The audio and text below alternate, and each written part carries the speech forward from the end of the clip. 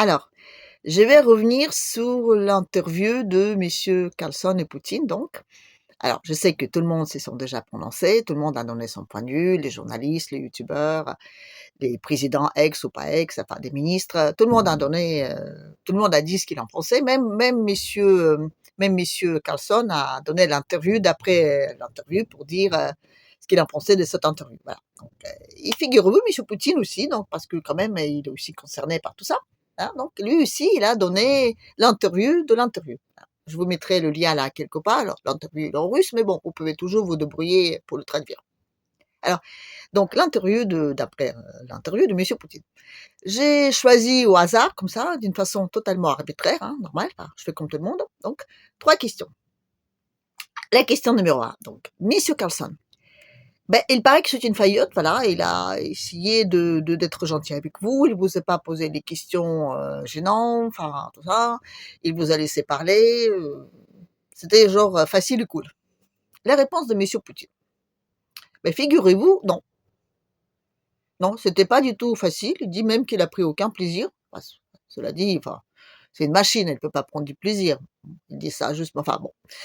Voilà, c'était pas facile. Pourquoi? Parce que, ben, il dit, je me suis préparé à un interview comme ça, un interview de journalistes d'Occident. Les journalistes d'Occident, ils vous posent plein de questions, soit, disons gênant, mais voilà, ça va tac au tac, et puis il vous permet justement de répondre, de donner votre point de vue, de l'assumer, et puis après, voilà, on passe à autre chose. Il dit, c'est facile parce qu'il y a plein de prises, voilà, vous voyez, et ça va vite. Enfin, on n'a pas de temps pour développer, enfin, ça donne des prises sans pour autant avoir des prises en face. Enfin, ça, c'est mon interprétation. Enfin, ça revient un peu à ça. Voilà. Donc, alors que monsieur Carlson, ben, lui, il dit, il m'a laissé parler. Il m'a mise en confiance et il m'a laissé parler. Et c'est là où c'est dangereux parce que quand on est comme ça en confiance et on parle, on parle, on parle, sans qu'on vous interrompe, sans qu'on vous donne des orientations, c'est là qu'on peut dire des choses qu'on pourrait regretter par la suite et il est là le danger. Donc, si monsieur Carlson enfin, il a décidé une position, il s'est tenu dessus et c'était pas très simple. Enfin, c'était pas très simple, dit Poutine, d'être dans cette position-là parce que effectivement, il dit, j'avais aucune prise. Bon. Alors, les questions numéro 2, c'est, ben, après. Oui, monsieur Carlson a dit qu'après donc l'interview, vous avez pu discuter un petit peu ensemble et donc aborder d'autres sujets. Alors, c'était quoi?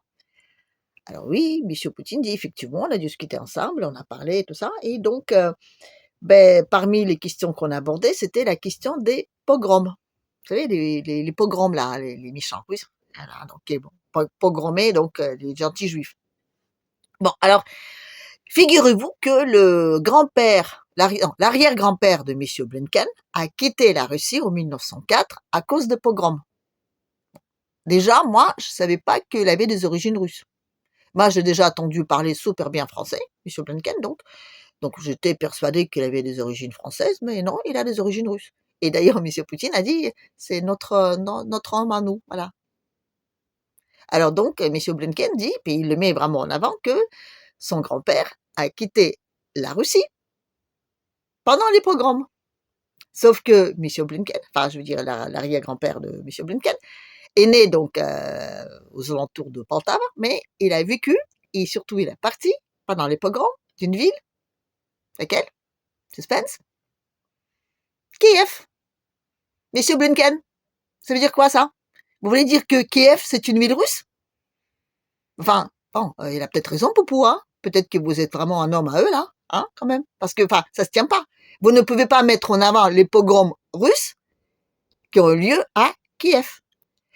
Ça veut dire que enfin, vous voyez, c'est un peu, comment dire, oups. Et d'ailleurs, oui, c'est vrai que le plus gros de pogroms, enfin, c'était pas en 1904, c'était en 1920. Oui, les plus gros de pogroms, enfin, le plus gros de pogroms, compliqué à dire, le plus gros des pogroms russes ont d'ailleurs lieu à quelle ville? Ouais, à Odessa, Mélitopol, d'accord, et Jéromyr, enfin, après, donc, à, à la Biélorussie, enfin, les pogroms russes, c'était pénasse, quoi. Ça veut dire que ben, les plus gros des pogroms russes ont lieu sur le territoire ukrainien. Alors, si ça a eu lieu sur les territoires ukrainiens, on dit que ce sont des pogroms ukrainiens. Enfin, c'est logique, non? Ou alors on dit que ce sont des pogroms russes, Mais du coup, ce sont des territoires russes. Enfin, les mecs, là, enfin, on peut pas, comment dire, ceux qui me comprennent. Enfin, je veux dire, on peut pas avoir les deux, là, c'est pas possible. Enfin, c'est ou l'un ou l'autre. Là, il faut se mettre d'accord. Parce que là, comment dire, c'est un gros oups, quoi. Voilà. Donc, non, on peut pas avoir des trucs russes sur les territoires ukrainiens. Donc, c'est ou ukrainien ou russe. Là, voilà, on peut pas, enfin, voilà, quoi. On peut pas être un petit peu enceinte, hein. On est ou enceinte ou pas. Vous voyez, c'est à peu près la même chose, hein. Bon, alors. Donc, le point numéro 3, c'est Biden. D'accord, ouais, Biden. On dit que M. Biden a des petits problèmes cognitifs. D'ailleurs, il paraît qu'il y a même un contraste saisissant entre M. Poutine et M. Biden. Alors, qu'est-ce que vous en pensez? Les réponses de M. Poutine. Ben, moi, vous voyez, j'ai pas remarqué quoi que ce soit d'alarmant. Moi, la dernière fois où je parlais avec M. Biden, c'était il y a 3 ans. Et déjà, à l'époque, on disait qu'il avait des petits problèmes de mémoire et tout ça. Moi, bon, on a parlé donc en Suisse, on a discuté tous les deux, voilà, tête à tête. Il avait ses petites notes, ben moi j'avais les miennes, c'est normal, enfin c'est comme ça que ça se fait. Et donc, ben on a discuté ensemble. Moi enfin, après il dit je suis pas un médecin, donc moi j'en sais rien, mais moi j'ai pas trouvé qu'il y avait des trucs bizarres. Et après bon, ben oui c'est vrai, il paraît qu'il se casse la tête quelque part de temps en temps. Mais enfin, c'est lui qui s'est jamais cassé la tête, ben qu'il me jette une pierre quoi. Ça nous arrive à tous de se casser la tête quelque part, donc ça ne veut rien dire. Alors, de dire que M. Biden a des problèmes cognitifs, enfin voilà, quoi, je veux dire, tant qu'il n'y avait pas de médecin qui s'est prononcé, c'est juste des on dit, enfin, voilà. Je vous rappelle, enfin moi je vous rappelle que M. Poutine aussi, il avait, je sais pas, 36 cancers et tout ça.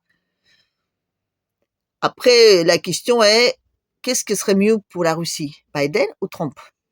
Et là, mais tac au tac, hein, toc à toc, hein, Poutine, il répond, mais direct, hein, Biden. Biden? Enfin, pourquoi?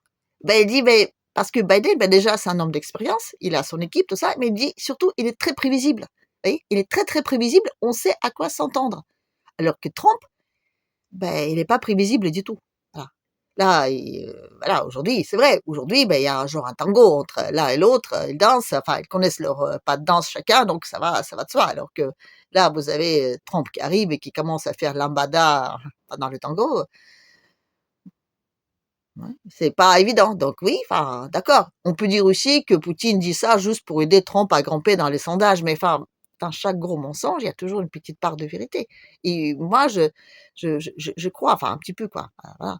Et c'est vrai, Poutine dit que pendant les années de Trump, quand il était aux manettes, ben, pour la Russie, c'était pas très cool. Enfin, je veux dire, vous voyez, oui, il a une grande gueule, il aime bien dire des trucs un peu qui provoquent, mais enfin, c'est pas pour autant que. Et puis, les présidents, je sais pas s'ils décident vraiment là-bas.